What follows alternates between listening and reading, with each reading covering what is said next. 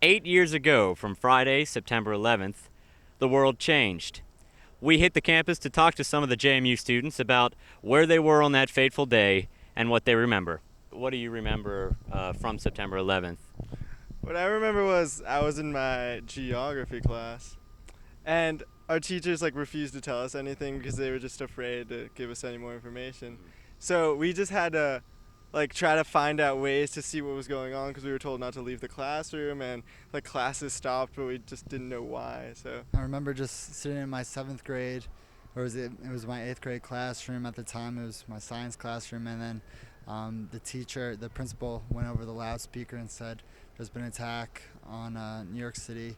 The World Trade Centers have been demolished, pretty much." And then everybody was in complete shock. It was just really somber, really sad at the moment, and we couldn't believe it. We couldn't believe it at all.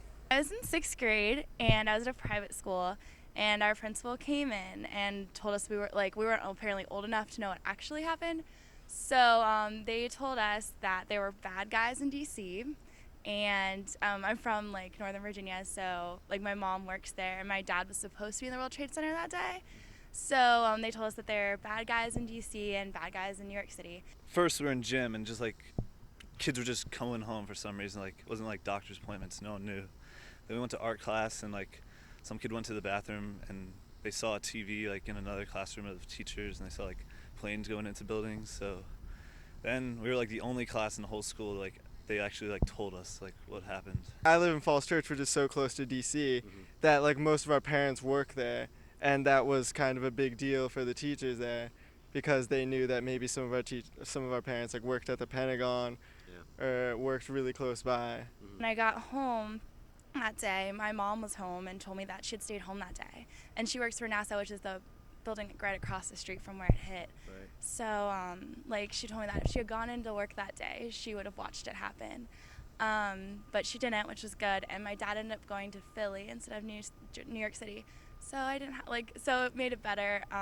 But watching the news, I was just devastated. Well, I'm from Long Island, and so I have a lot of relatives that worked in the city at the time. I actually knew a family that their father worked in the World Trade Center, so it was totally horrible feeling to have, because my dad wasn't in the city that day, but he works in the city as well, so it was just really tough to go through the whole day. For The Breeze, this is Jamie Brindle.